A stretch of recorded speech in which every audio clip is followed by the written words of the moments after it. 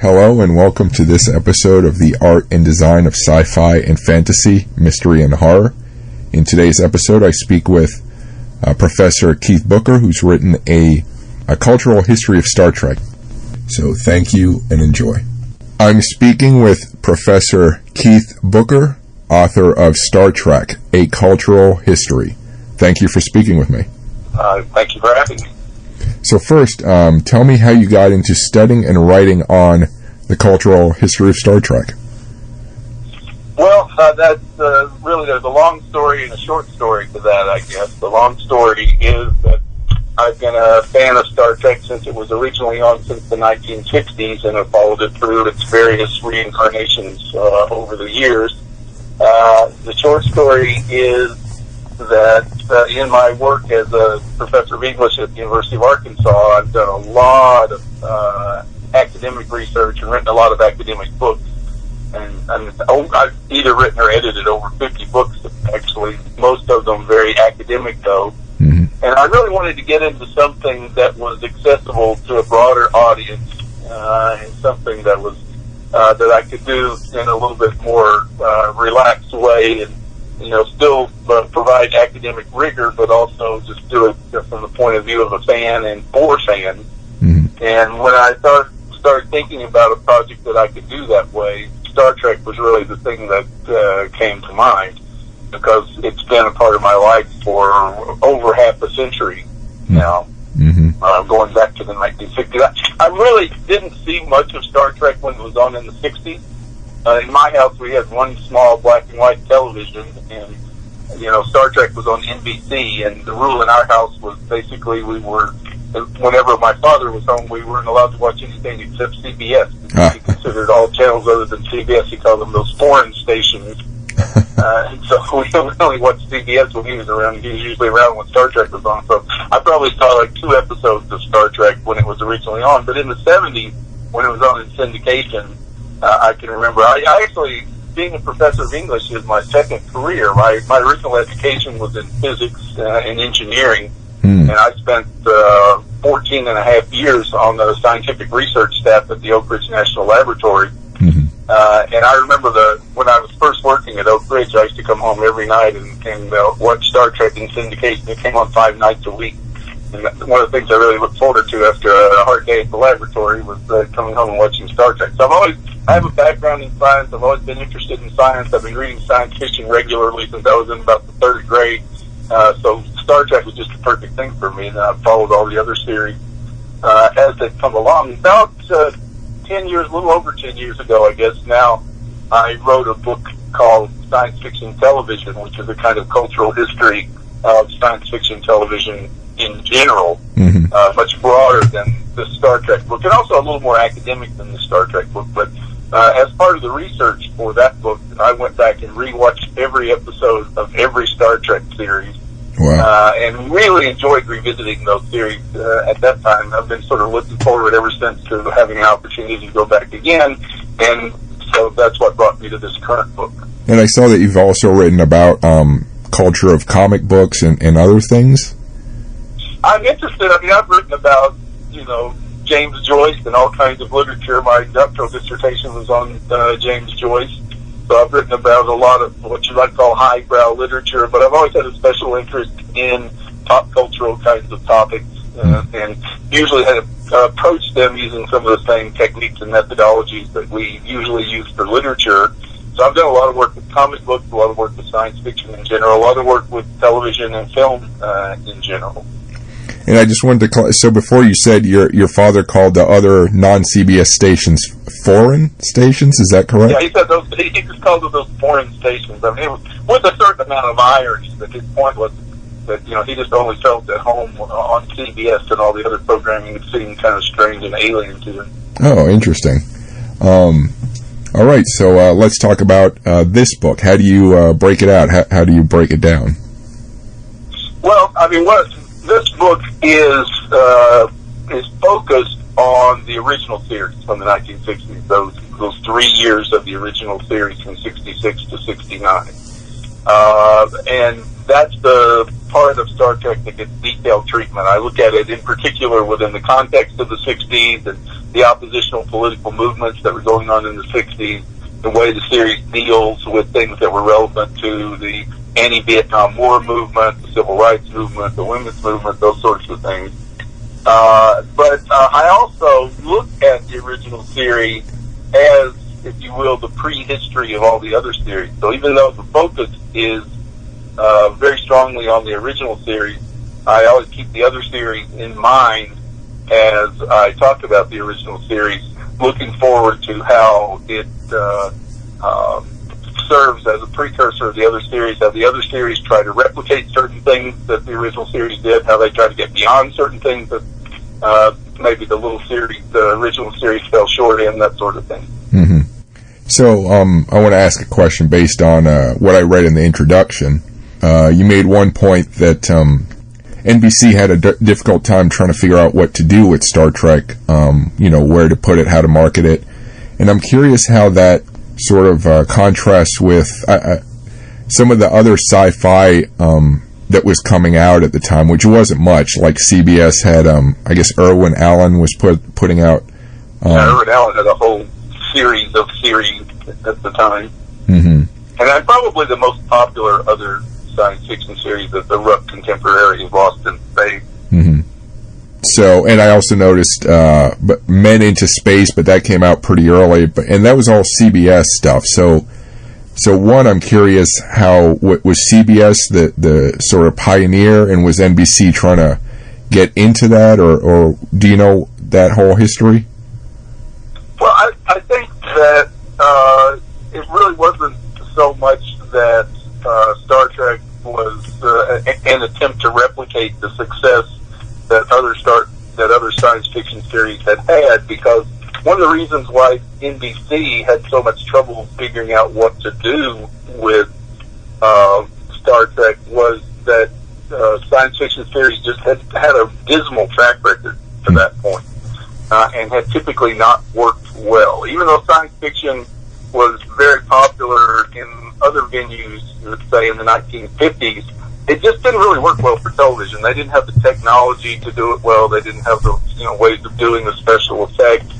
And while they had a few attempts at science fiction series, the closest thing to a really successful, they had like Tom Corbett, Space Ranger, and those kinds of things, but those Space Ranger and Space Cadet kinds of shows were typically very, very primitive. The original Superman television series has some science fictional elements, and that was pretty successful. But in general, science fiction had been very unsuccessful. In fact, really, the main way that Gene Roddenberry was able to get NBC's attention was to essentially pitch Star Trek as a kind of Western. Because Westerns had exactly the opposite record. They had been extremely successful on television. And Roddenberry himself had written a few episodes here and there for Western television shows and had some experience with it, as did some of the other people involved in Star Trek. Mm-hmm. And so, it's a very well-known story how he originally pitched it as Wagon Train to the Stars, because Wagon Train, in a couple of years before that, had been the #1 show on television. The idea of, pioneers going out into the West in wagon trains struck Roddenberry as being somewhat similar to the idea of going out and exploring outer space. And, everybody knows the famous beginning of Star Trek where they refer to space as the final frontier. And so they very, very overtly try to link the exploration of space to the taming of the American West, while at the same time trying to get away from some of the more problematic aspects of the Western, in particular the encounters with Native Americans, the way Native Americans had been depicted in racist ways in a Western film, and also just the way Native Americans had to be dealt with in taming the West. So in one of Roddenberry's main insistences was that this was not to be a voyage of conquest. This was to be a voyage of discovery. So they're not going out, they're not trying to colonize outer space, they're not trying to conquer other civilizations. They're just trying to meet with other civilizations and talk with them and exchange ideas. And, they have this thing called the Prime Directive, where if they meet a civilization that's considerably less advanced than the United Federation of Planets, then basically they just have to stay away from them and not share any technology or ideas with them, so that they can just develop on their own till they get to the point where they can develop, where they can communicate on the same level as the Federation. So you have this idea of basically a sort of enlightened version of the Western now placed in outer space. Mm-hmm. So it's interesting that he pitched it as a Western in space, because if you look, so they have a number of episodes that sort of go into the past or reflect the past, Roman gods, the gangsters, right, other things, but I don't think they really did any Western type episodes at all. Maybe the closest was the one with the sort of Native American woman, she seemed right, like it. Right, the Paradise Syndrome. That does happen occasionally, but it happens more and more overtly in some of the later series.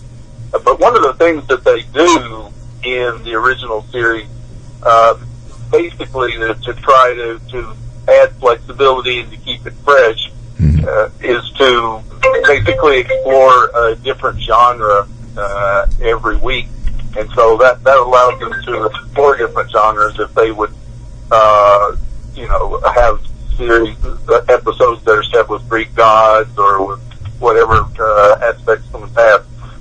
And that, I think, was largely something that was the inspiration for that being taken much further in later series like The Next Generation, where they have the holodecks where they can literally recreate the environment of various past civilizations, and so the characters can go and visit those, and they do, in that case, have some episodes that are actually Westerns, where they go back, for example, to the gunfight at the OK Corral and get involved in that, those kinds of things. Mm-hmm. You also mentioned something in the introduction that was pretty inspiring, and it kind of builds on what you had just said, which is, Star Trek wasn't about, dealing with the apocalypse or invading aliens or anything. It literally was, how do we bring the great things of society to others, but without doing it in a colonial sort of way? Right. Yeah. That was very central, I think, to what they were trying to do. So do you know what the writing staff was like? Was it basically Roddenberry, or did he have others? And I ask because I'm wondering who might have been pushing various social issues and that sort of thing when they wrote the episodes. Yeah, Roddenberry was certainly very hands-on in the original series, though he kind of drifted away after that. But they had a number of different writers involved in the original series as regulars. But what Roddenberry really did that helped to make the original series special was reach out to other writers, like very well-known science fiction writers. Harlan Ellison probably is the best example of that, who wrote, some of the best-known episodes of the series, like The City on the Edge of Forever, probably the most beloved episode of the series. Mm-hmm. Who was a very well-known science fiction writer, and Roddenberry wasn't able to get an episode from Isaac Asimov, who was probably the leading science fiction writer at the time, because Asimov had recently basically started only writing nonfiction books. But Asimov did actually become good friends with Roddenberry and gave a lot of advice to the series and that sort of thing. But Theodore Sturgeon, there's just a whole litany of science fiction writers who had already established a fairly major reputation as science fiction novelists, who came on board and wrote episodes for Star Trek. Richard Matheson, another one who had written a lot for The Twilight Zone, for example, and had also written novels. Norman Steinrad, who became a little bit better known later. So there were a lot of fairly well-known science fiction writers that Roddenberry reached out to and got scripts from And David Gerrold is another who was unknown at the time, but became a fairly well-known novelist that has maintained a sort of association with the Star Trek franchise ever since. So writing was, I think, one of the real strengths of the original series, because they had so many well-established science fiction authors who were involved. I think that's also one of the reasons why the original Star Trek has a kind of unusually literary quality to it. I think a lot of people felt like it went beyond the quality of most 1960s television in terms of the development of characters and in terms of the ability to treat complicated issues in ways that weren't overtly heavy-handed, though certainly they did have their heavy-handed issues. But you know, Star Trek ultimately really is about the characters. I mean, you have that basic utopian vision of a future where technology has allowed us to solve all of our social and economic problems and just explore, you know, our potential as human beings. But the key to representing that utopia is the crew of the Enterprise, and the way you have this multicultural crew from various nations, even various planets, who are able to get along with each other and interact and work together, you know, in ways that you really didn't see a lot on television in the 1960s. So you had people like Uhura, an African American woman character who became really an inspiration for a lot of African American women later, because they'd just never seen an African American woman in a position like that. Or, you know, Lieutenant Sulu, George Takei, who became first an inspiration for Asian Americans, and then later for sort of a gay icon as he came out as a gay man. But all in all, you know, it comes down really to the three central characters, Kirk, Spock, and McCoy, who are such very, very different people. I mean, Spock is only half human and half Vulcan. And they, you know, they had their disagreements, and they were always grumbling and complaining about each other in various ways. But they ultimately really developed a strong bond and really got along well, and I think that was always the heart of the series. Yeah, it's actually, I never thought about this before, but Vulcan, or Spock's half Vulcan, half human heritage, you know, you basically had an interspecies marriage, which seemed like a subtle sort of exploration of interracial marriage in the show. I don't know if it was meant to be that, but now that I think about it, sort of was. I think if you think about it that way, it certainly is. I mean, it actually in some ways is even more daring than if he had been entirely Vulcan, but Roddenberry, I know, viewed it as a kind of compromise. The people at NBC were a little bit nervous about having a major character who was an alien, so he said, well, let's make him half alien and half human. And that seemed more palatable at the time. But if you think about it, in some ways that is more radical because of the suggestion of interspecies breeding, which leads to the suggestion of interracial relationships. And of course, the series is famous for the moment in which Captain Kirk and Uhura share a kiss. It's supposedly the first interracial kiss ever broadcast on American television. Even though it's done under kind of odd circumstances, and they're kind of forced into it by, you know, super aliens who are controlling them, but it's still something that was groundbreaking at the time. I think I've heard from some older fans that it was sort of a thrilling moment for some of them.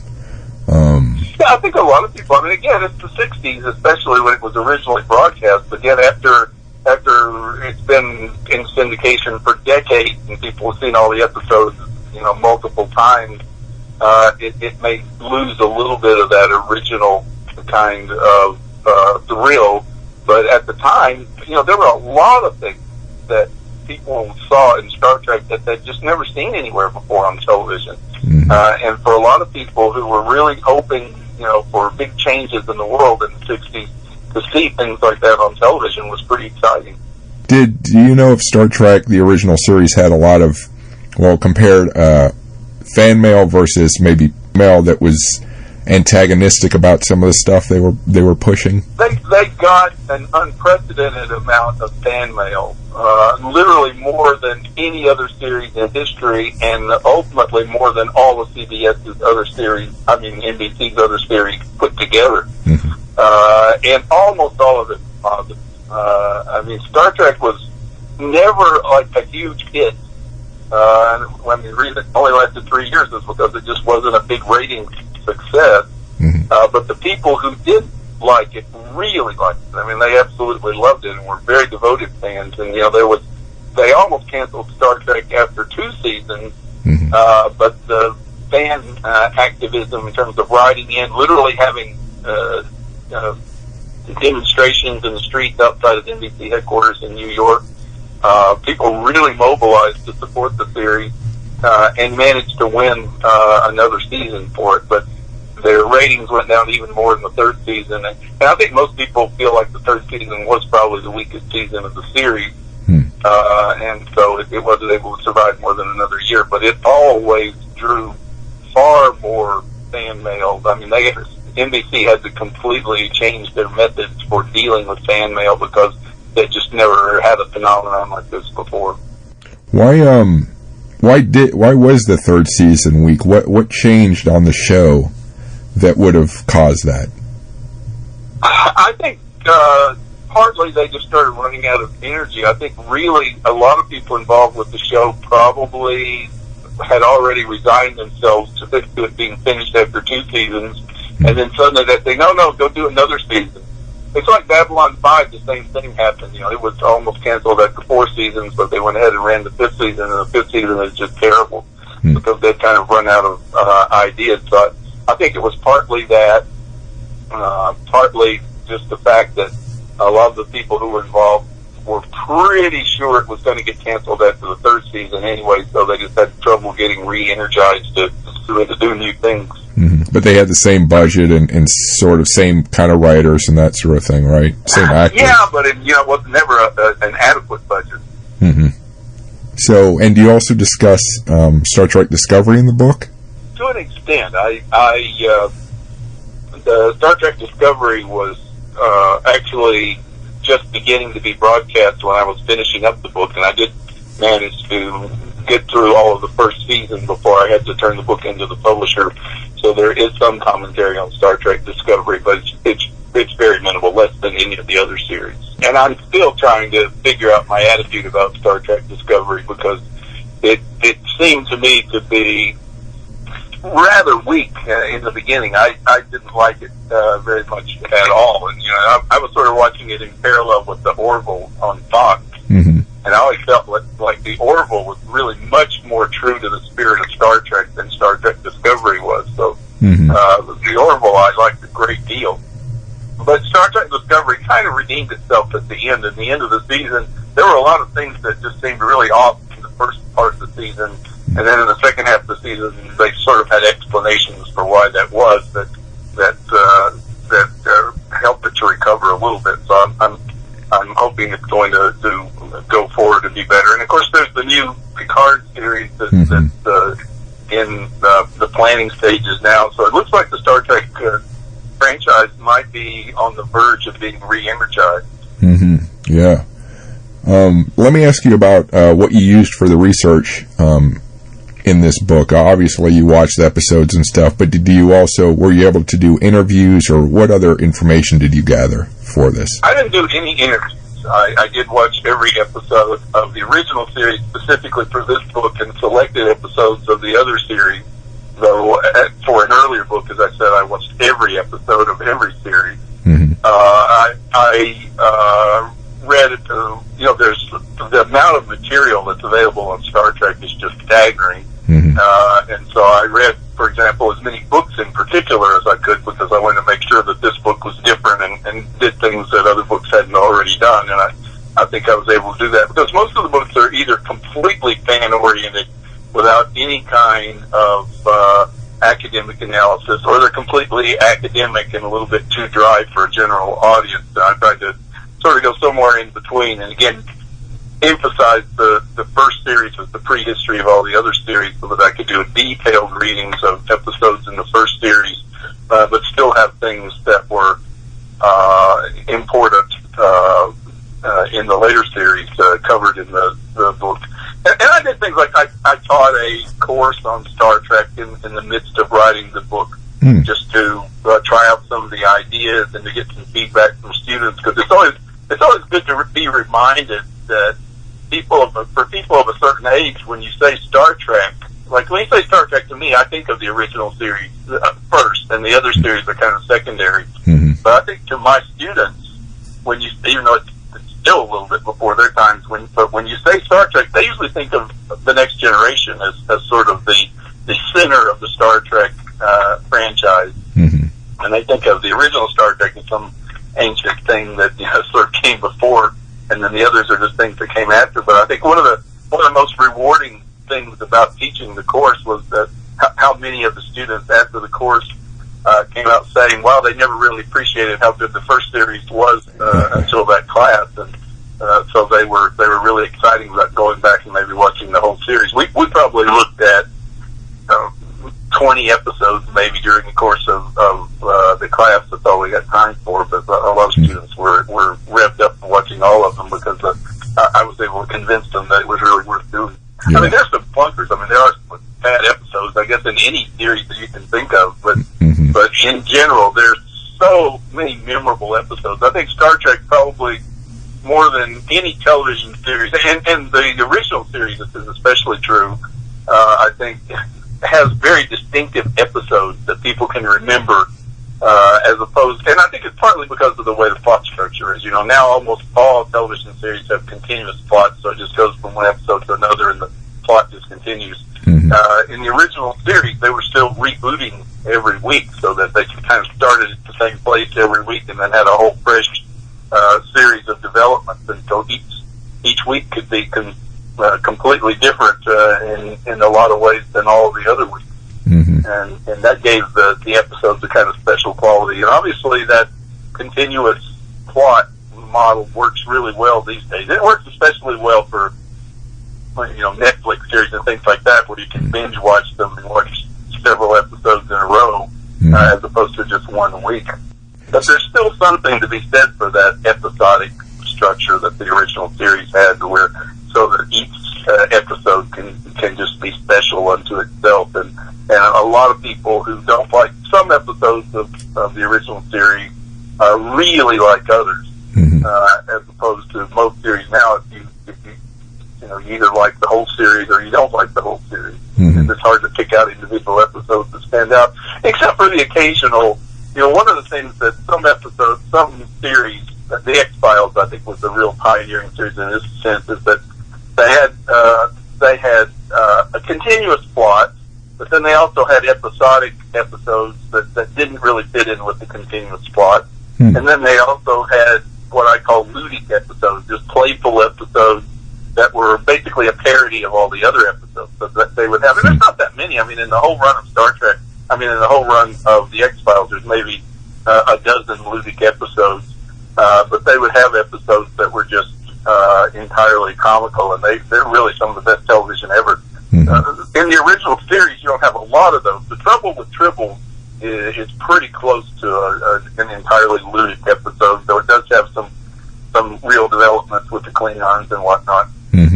But almost every episode of the original series had some comedy in it. There's a lot of moments, even in the midst of fairly tense episodes, that are kind of comic, and those usually involve interplay between Spock and McCoy in particular, because they just see the world so differently, and each one is so perplexed by the other and their behavior. Yeah. So the book touches on the shows and movies, but do you also get into the Star Trek novels, comic books, games, that sort of thing? I talked about the phenomena of games and novels and fan zines, as they call them, fan magazines. I talked some about the phenomenon of Star Trek conventions and Star Trek merchandising. I tried to look at the whole context of the series in terms of its cultural history, and so as I was doing that, I looked at all of these, if you will, peripheral texts. One of the things I did was looked at a lot of documentaries. There's an amazing number of documentaries on the Star Trek phenomenon. William Shatner's almost made it into a one-man industry. I don't know how many documentaries he's been personally involved in, sometimes as a director even, at least as a central figure. And a lot of those documentaries touch on the fan culture, because that's clearly what has made Star Trek last. I mean, there's no other series from the 1960s that people still are devoted to the way people are devoted to Star Trek. And the reason is because the fans have participated in the series in a way that goes beyond anything that had ever happened before. I mean, the whole phenomenon of conventions in, Comic Cons and things like that has become a big industry in these days. But the Star Trek conventions were really the forerunners of all of that, and the ones that made that into a thing. And so a lot of people really became invested in the series because they would go to the conventions, they would buy the merchandise, they would meet other people who had similar interests. They would get an opportunity with the fanzines to write about the series, to write even fiction. There's an extensive body of fan fiction on Star Trek where basically fans would just imagine potentially new episodes of the series and write up what would happen if this happened. And then there's this whole phenomenon of K/S fiction, for example, or Kirk and Spock fiction, which usually involves homosexual relationships between Kirk and Spock that people imagine. So there's all kinds of subcultures within the culture of Star Trek. Yeah. So the Star Trek conventions, were they an offshoot of the world science fiction conventions that were going on at the time, or did they grow up independently, or how did they interact? I think they were pretty independent, and in fact, the science fiction conventions that go all the way back to the end of the 1930s had been around for a while, but had a very different character to them. They were much more muted sorts of things, and the people involved in those conventions originally really kind of looked down on their nose at the people involved in the Star Trek conventions, because there's no marketing or that sort of thing originally involved in the World Science Fiction conventions, although they're all the World Cons and things have marketing now. But at the time, in the 60s, the Star Trek conventions were the first ones to where it became a big commercial enterprise. People were selling lots of merchandise, and people were paying the actors and principals in Star Trek for appearing at the conventions. I mean, there were for years and years after the series was canceled, a lot of the actors' primary source of income was appearing at conventions.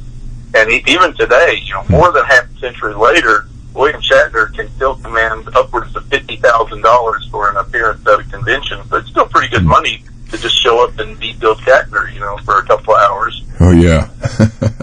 And that kind of commercialism, which now reigns supreme in conventions, was really looked down on by the older conventions. But the older conventions were very quickly eclipsed. I mean, the Star Trek conventions really took off, and nobody really cared that the older conventions were offended by them. Did the Star Trek conventions help inspire any of the comic art or comic book conventions? Did they come out? Did they develop after? Definitely. I think definitely. And there's always been a crossover between those communities because, again, one of Star Trek's ongoing life was in comic books. And there was even an animated series on children's television shortly after the cancellation of the original series. And so there's always been a lot of crossover between those two communities, and still is, probably even more now than there was back in the 60s. And I think probably Star Trek played, I'm not sure you can measure exactly how important Star Trek was in that, but I think it's almost surely the case that Star Trek played a central role in sort of establishing communication between the comic book fans on the one hand and science fiction fans on the other hand. Could you say that among the sci-fi TV or entertainment that came out before and then during the time Star Trek was out, it seems like those other efforts were more aimed at maybe children or younger audiences, whereas Star Trek seemed made a little bit more for adults? I think that's absolutely true. Certainly in the 50s, Tom Corbin and things like that were aimed very specifically at children. Lost in Space is largely aimed at children. Gene Roddenberry, in fact, one of his, he had certain kind of rules that he laid down that had to be followed in the original series. And one is that he specifically wanted to appeal to adult audiences. One of his ground rules was no cute kids or pets on the ship. That eventually would sort of be, that rule would be broken in some of the later series. But originally, things like Lost in Space, you always had to have a kid, or you had to have a pet, or you had to have something, that would really appeal to children in these series. And Roddenberry wanted to make it clear that they weren't trying to appeal to children specifically, though he didn't mind appealing to children, but he just didn't want to limit it to that. And in fact, Star Trek had a lot of fairly young fans.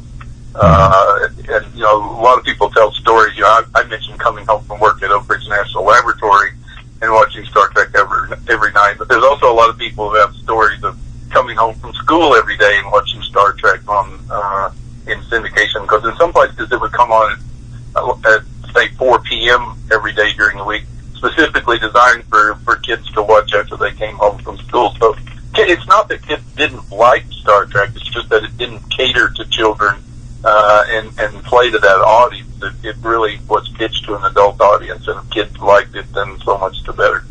Do you think Roddenberry saw sort of a grown-up audience that had grown up from the sort of 30s and 40s, radio plays, Flash Gordon, Superman? Did he see a market for an older audience that was now ready for that stuff as adults?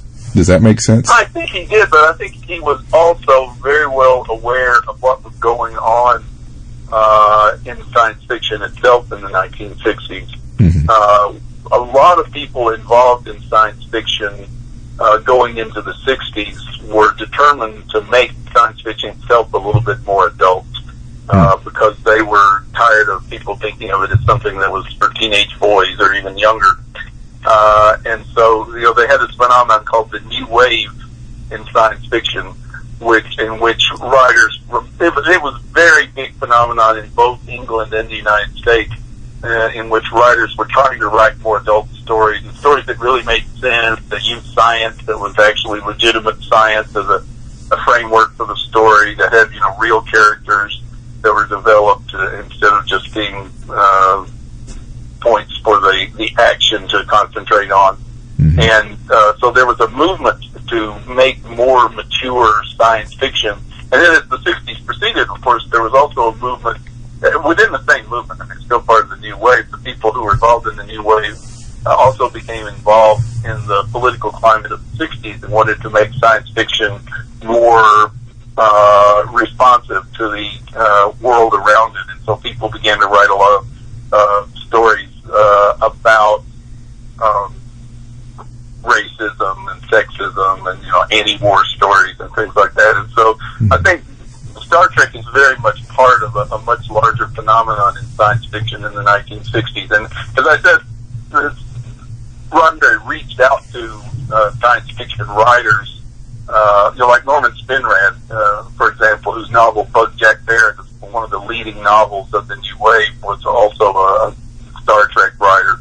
Mm-hmm. And so there was a conscious effort on the part of Roddenberry to bring the energies of the New Wave into Star Trek, as opposed to most of the other science fiction series, which specifically tried to avoid that. They felt like maybe it was a little bit much for television, maybe it's a little bit too controversial, maybe it was a little bit too adult. There's a sort of infantilization that occurs in television because of the fear of offending anyone. And of course, Star Trek didn't last very long, partly because it didn't compromise in its view. I mean, it did. I mean, Roddenberry constantly struggled with the network in terms of what they were allowed to do and what they weren't allowed to do. But I think one of the things that really set Star Trek apart was that they consciously tried to import the energies of the New Wave, as opposed to the Irwin Allen series, for example, that consciously tried to exclude the energies of the New Wave. Interesting. And I asked my question about generations who are interested in it, because I think like nowadays I don't think all the superhero films we see now would be as popular if you didn't have the people who are in their 40s and 50s who grew up with the 70s and 80s comic books that these movies are based on. I feel like you do have a young audience, but you also have this older audience that yearns for, the nostalgic feel of seeing their old heroes on screen. So that's sort of where I was going with that. Oh, yeah, and I think if you look at the Star Trek films, you can see, even in the very first film that comes out at the end of the 70s, there's already a strong nostalgia element there because it's over 10 years since the series was on broadcast television by that point. And so there was always a nostalgia element to those series. And in recent years, the recent Star Trek films have been an interesting kind of hybrid because they've tried to, up the level of action and build in state-of-the-art special effects, lots of fancy technology and explosions and whatever, while at the same time still drawing on that nostalgia effect and looking back in very specific ways to the specific scenes, for example, in some of the earlier series. There's whole scenes from the original series that are replicated in some of the recent Star Trek films. Mm-hmm. So let me ask, what part of this research was most enjoyable for you? I mean, I think ultimately maybe just watching the episodes again was the most enjoyable for me because it had been probably at least 10 years since I had seen any episode of any Star Trek series because I was off working on other things at the time. And so, and I think probably also having watched hundreds, keep in mind when you watch every episode of every series, you're talking around, 600 episodes or something. Wow. So I was probably a little burned out back when I did that earlier book. And so after not having seen Star Trek for over 10 years, it was really fun to go back and watch the series again. But I think one of the things that maybe surprised me a little bit was how much fun it was to teach Star Trek to students. And I taught a mixed class that had both graduate students and undergraduate students, and they had a mixed degree of familiarity with the series and also a mixed degree of sophistication in how they approached the series. But it was really good to see. I think, and I've taught a number of those mixed classes over the years, and usually there's a huge kind of dichotomy between the undergraduates and the graduate students. And I think Star Trek was the thing that I've seen in my teaching that worked the best in a mixed class like that because everybody could relate to it in their own way. And I had it was to me, given my background and history, it was kind of shocking. I literally had some students in the class who had never seen an episode of Star Trek at all, but he just kind of heard about it, and so he decided, well, here's a whole class on it. Maybe this was their chance to get caught up.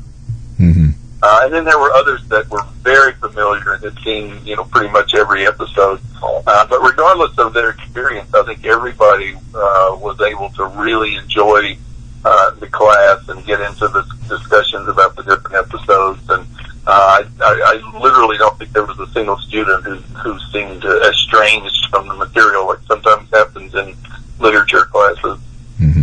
Did you have many science and engineering students in that class, or was it mostly English or literature types? It was mostly. I mean, I'd have to look. There were a few students who were not English majors, but there were, I believe, 27 students in the class, and of those, probably over 20 were English majors for sure. I mean, it's just it was an upper level English class, and those tend to scare away people who are not English majors. So we did have a couple of people who were not English majors, but to tell the truth, I don't remember off the top of my head exactly what they were majors in. So what did you find that was most surprising as you did your research and looked at these episodes again? I think in a way what was surprising to me was how well they still work. It's hard for these, when I go into watching these episodes, I basically know everything that's going to happen. And so there's not a lot of suspense in the plot,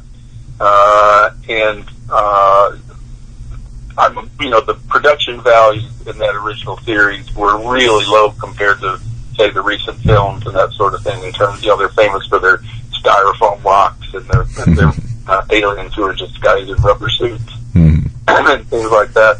But it really still works. I was a little afraid that I was going to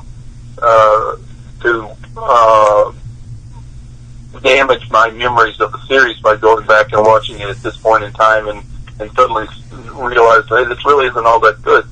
But it turns out it was just the opposite. It was even better than I remembered it being. And so I think I was surprised that I enjoyed watching the original series again so much. I think partly it was because it's so easy to watch now. When I did that original book, for some reason, the original series was not all available on DVD at that time. Most of the other series were available on DVD, and that probably had to do with copyrights or something. But I remember I had to really scramble collecting episodes of the original series, and I ended up not even watching them in order, although it doesn't really matter much what order you watch them in. But this was literally the first time I had actually sat down and been able just seamlessly, because it's all available on streaming video. I think they were all on Netflix at the time. I was doing the book, and so I just watched them straight through from beginning to end without any interruptions. That's the first time I'd ever done that, and I really enjoyed doing it. But the other thing that surprised me probably the most is just how well my students were able to relate to it when I did that class. They were, at the end of the class, probably their most common comment was that they hoped I would do another class the next year focusing on the next generation instead of TOS, and then maybe just do one series per year, going forward. So was there a question or issue you came across that was particularly difficult to come to a conclusion on, or maybe you feel you don't yet have a full grasp of? Not really in the original series. I think the most difficult thing to deal with is the treatment of gender. I think it's probably much less enlightened in its treatment of gender than it is in its treatment of race and its treatment of the Vietnam War and issues like that. I mean, one of the interesting things is the treatment of the Vietnam War, because the series is actually pro-Vietnam War in the beginning, and you can just see it evolve into a strongly anti-war stance by the end, and basically tracking, the sort of the overall opinions of the American population. But if you look at the original series in terms of gender, the famous example, of course, is the way all the men just wear sort of normal-looking uniforms, and all the women have like super short miniskirts as their uniforms, and there are really no women other than Uhura in positions of any authority, and she's in kind of a secondary position of authority. And so there are, even in the later series, there's an episode of Deep Space Nine, for example, that looks back to the trouble with tribbles, and in which some of the characters from Deep Space Nine get transported back to that world, and they even make a running joke out of the miniskirts that the women are wearing in the original series. But I think they really tried hard. It took them a while. Eventually in Voyager they had a female captain and so on and so forth. So they tried really hard to move in directions that have been more progressive in terms of their treatment of gender. In Discovery, gender is probably the issue that they treat most progressively. They have problems with other genders, with other issues, I think, in terms of their depiction of the Klingons, for example, seems to be kind of disturbingly racist, and that sort of thing. But their treatment of gender is very open-minded, and they have, gay characters and strong female characters and various other things going on that are pretty much state-of-the-art in terms of American social attitudes. But in the original series, they were definitely lagging behind the women's movement in terms of their treatment of gender issues. Was there anything you discovered that emotionally moved you, either positively or negatively? I'm not sure there was anything. I mean, I used to find, I think back in the 70s, I found the original series very moving. Now, it's hard to find it terribly emotionally moving because I'm just so familiar with it. But I do remember back in the 70s, and I think a lot of people have had this experience, who were fans of the series, who were maybe, nerdy people of some sort, who would really identify with Spock. And I think a lot of people of that of the nerd persuasion have always found Spock to be somebody that they could identify with far more than the human characters, because a lot of us felt in high school that we were sort of aliens and outsiders.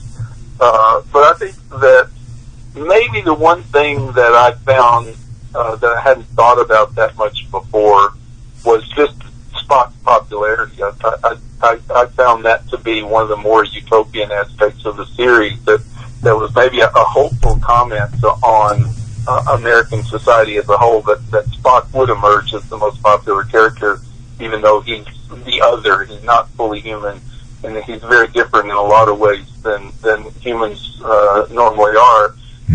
And so I think the fact that so many people could identify so strongly with Spock is a very positive and hopeful sign for the future of the world. So what do you hope the book will do? Well, I hope that it will help people who are fans of the series to gain a little bit more sophisticated understanding of some of the things that are going on. Because as I said, even though I was very careful to try to keep the book accessible to a general audience, I also tried to maintain academic rigor, which is, it's really the only way I know how to write, and look at a lot of issues in very serious ways. And so I hope that it will help people who have previously just enjoyed the series maybe to understand it better. And in the same way, maybe help people who have had an academic understanding of the series for a while to enjoy it more. So hopefully it can bring those two camps of trekkers together. Can you speak to any difficulties you had in getting the book finished or published, and how you overcame those? Not really. I mean, it went very, very smoothly. I was writing on a fairly tight schedule. I mean, my main difficulty was just the fact that I had the first of a series of eye surgeries in the midst of writing it, and so during the last part of the writing, my vision wasn't that good. But that's just me. I think the book itself came together really nicely. The publishers were very pleased with it when they got it. I think they suggested almost no revisions. I think one of the copy editors found a couple of minor little details that they suggested could be cleared up, and that was very helpful. But it really went very seamlessly all the way through to press. Okay, good. What's your next writing project? Well, the project that I'm writing, I just finished writing another book for Rowman and Littlefield, the publishers of the Star Trek book, on the films of the Coen brothers. So in a way, that's my next project. So it's finished. So I just sent it to the publisher just very recently. And other than that, the thing that I'm writing right now is actually an informal textbook for use by my own students. There's a course that I teach every spring that's called The Survey of Modern British, Irish, and Post-Colonial Literature and Culture in English. A long title, but it has a lot of material in it. And because it covers so much material, I've always felt it would be great to have a good textbook so that the students would have something to maybe study and go over in detail.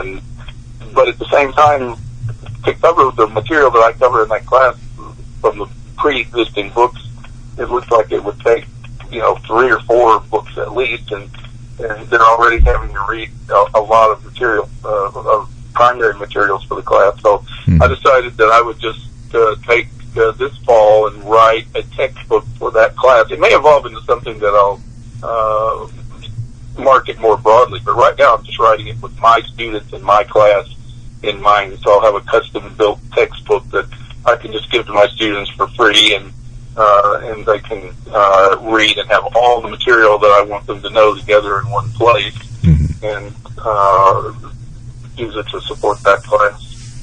And if it goes well, I may do it for some of my other classes. I found that I've really enjoyed it. It's kind of liberating to not have to worry about, a more a broader coverage or a broader audience. And, I don't have to worry. If you're normally writing a textbook on modern British and post-colonial literature, you'd have to worry about what other people might teach and that sort of thing. But for now, I only have to worry about what I teach, and so I can just cover that.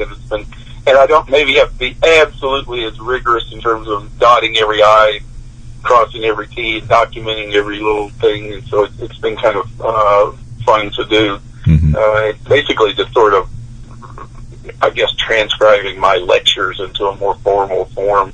A lot of it is just literally just taking my lecture notes and editing them into a nice, coherent narrative that the students can read. Okay. Yeah, I'm a big fan of the Coen brothers, so that book you have coming out sounds pretty exciting.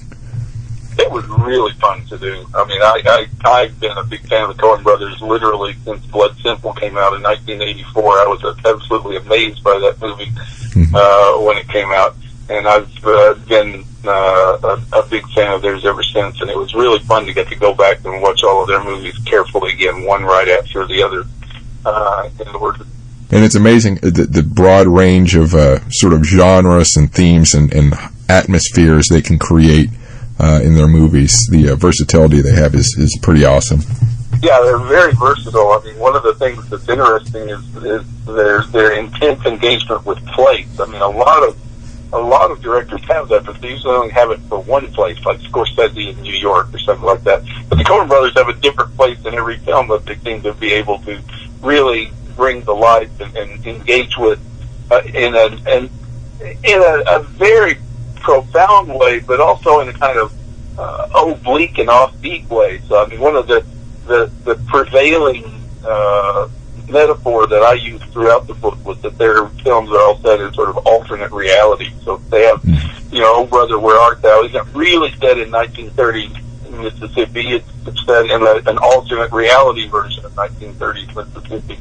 Or The Big Lebowski is not really set in Los Angeles. It's set in a kind of alternate reality version of Los Angeles. And their alternate realities are basically built out of bits and pieces of cultural history, other films, novels, whatever. So they look at other they're not really representing, say, Los Angeles directly. They're representing representations of Los Angeles. They haven't done any science fiction work, have they? They actually... I talked about that at the beginning of the Coen Brothers book because, the alternate reality thing is a science fiction metaphor. And I mentioned that I'm using a science fiction metaphor to read their film. And then there's actually a quote from one of the brothers. I can't remember if it was Joel or Ethan now, but one of them said that science fiction was the one genre that they would never do because it just doesn't appeal to them. Of course, their next film might be a science fiction film. You never know that. But they have, I think, been quite consciously staying away from science fiction. Interesting. So where can people find this book and your other works? Well, this book and the others, for that matter, you find them the same place you find everything else these days, which is on Amazon, which is the biggest player in the book-selling business these days. I'm not sure exactly what all kinds of distribution. I mean, you could order it from any bookstore in America, probably, but I'm not sure how many would have it in stock, but lots of places have it online. Barnes & Noble has it online. Amazon has it online. So they're in stock and available. Some have been out for a few weeks now, but they're definitely in stock and available on Amazon and other online booksellers for sure. Do you have a social media presence or anything that people can find? Not really right now. We're actually working on that because Rowman and Littlefield just got a report back from some marketing company that they engaged that said that they felt like this book might have potentially a much bigger market than they had originally expected, and so they encouraged them to try to build an online presence. Rowman and Littlefield has a website, of course, and it's on their website. But there's not a lot of opportunity for online communities and people to talk about the book and that sort of thing, other than Amazon comments and things like that. But there probably will be in the near future a little bit more of that. All right, that's all the questions I have. Do you have any final thoughts or words? I don't think so. I mean, I would just like to emphasize how much I enjoyed doing this book and how much fun it's been to re-engage with this series. It's been such a part of my life for so long, and I hope it can help other people to bring Star Trek into their lives as well. All right. Well, thanks for speaking with me. You're very welcome. Thank you for listening.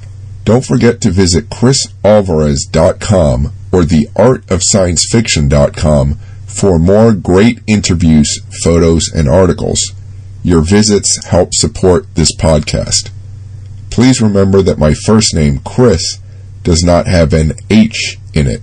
One of the best ways to provide feedback for this podcast is to rate me on iTunes. Please give me a good rating if you liked it, or feel free to give me a bad rating if you didn't. I'll use that feedback to make this a better podcast. You can also follow me on Instagram under Chris Alvarez Sci-Fi, on Facebook under Chris Alvarez WLC, on YouTube under Chris Alvarez WLC, and on Twitter under Chris Alvarez WLC. Thanks for listening, and keep imagining the future.